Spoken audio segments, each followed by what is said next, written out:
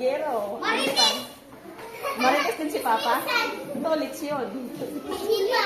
Masipag. Malakas si Papa. Ano pa? Makinig kayo. Makinig muna mamaya pa yung recess. 9:30. 9:15 pala.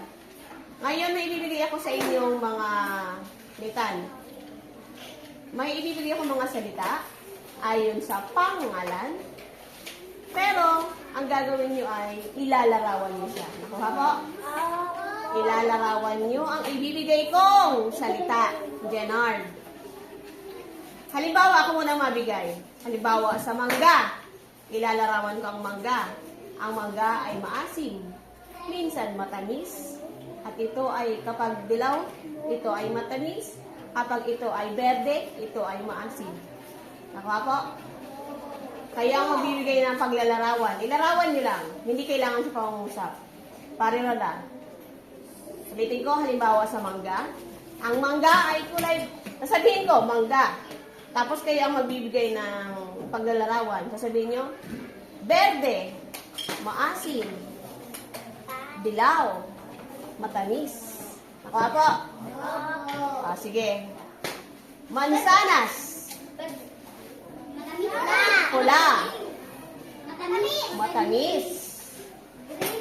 Berde. May berde bang mansanas? Opo. Anong lasa ng berdeng mansanas? Maasim. Sunod. Strawberry. Matamis. Mapula. Mama. Maganda. Maitim. Mabait. Matapang. Matulungin. Masipag. Matalino. Papa. Raino. Latsinggero. Marites din si Papa? Ito ulit yun. Masipag. Malakas si Papa. Ano pa? Matapang din si Papa. Kapitbahay. Chismoso, Marites, OMG. Masipag. Ano pang naituturo ng kapitbahay sa atin? Maglinis. Nag-aaya ng inom? Ang kapitbahay? Ang kapitbahay namin ay maingay. Ha? Asan yung maingay ang kapitbahay nyo? Mamaya kibigyan. Nagbibideo kayo kasi. May kasiyahan man kasi kaya nag-iingay. Ha? Maingay? Bakit sila maingay? Okay, sunod naman ay puno. Mataas. Maganda. Mataba. May bunga. Mapayat, may bunga. Maganda. Makapal ang dahon. Bahay.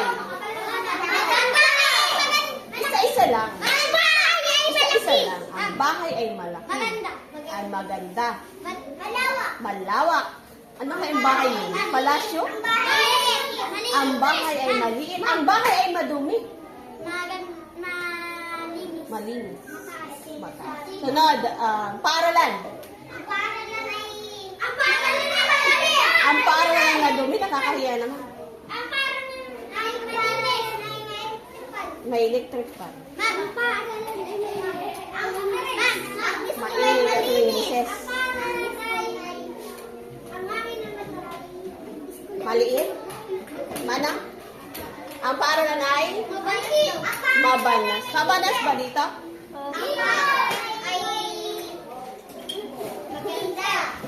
May teacher.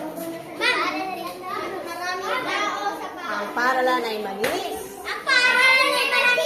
Ang paaralan ay malaki. Ang paaralan ay maraming tao, maingay, gayos. Ang paaralan ay maganda. Ang bulaklak. Mabango. Maganda. Malimuyak o mabango, pares lang yun. Araw ng mga patay. May mga taong may dalang ano? May dalang bulaklak. Para kaninang bulaklak na yung pag-araw ng mga patay. Patay. Bakit may dalang bulaklak ang mga tao tuwing araw ng mga patay? Bibigyan ng bulaklak. Bakit nga ni? Kasi patay. Kasi araw nila. Kasi mahal nila yung patay. Birthday daw. Maari, may birthday. Halimbawa, araw ng mga patay, birthday nila. Tapos patay na sila. O di doble yung bulaklak. Ano? Tapos May kandila rin silang dala. dobling cake. O, tapos, halimbawa naman, elepante. Ang elepante ang mataba. Mataba. Ang Malaki ang elepante. elepante. Ang malinis. Ang elepante ay mataas. Mataas. Ang elepante ay Ang tenga ng elepante ay malaki. malaki. Ang ilong ng elepante ay mahaba. Ang baboy. Ang baboy ay mataba. Mataba. Malaki. Okay, malusog. Aso. Matapang. Pusa.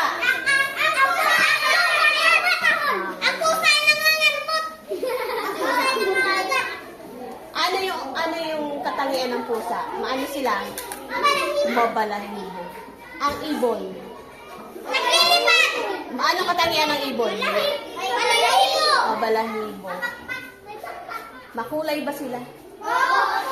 Opo. Ang bahaghari ay makulay kasi maraming kulay. Guro. Maganda. Okay yan. Ang mabait. Mabait. Ano pa ang ugali? Ano pa ang katangian ng guro? Matapang. Matalino. Matalino, masipag. Mga mag-aaral. Maingay. Makulit. Makulit. Matalino. Naglilinis. Nagkaroon ng mabuti. Ang naglilinis ba ay paglalarawan? Liho. Nagaano yun?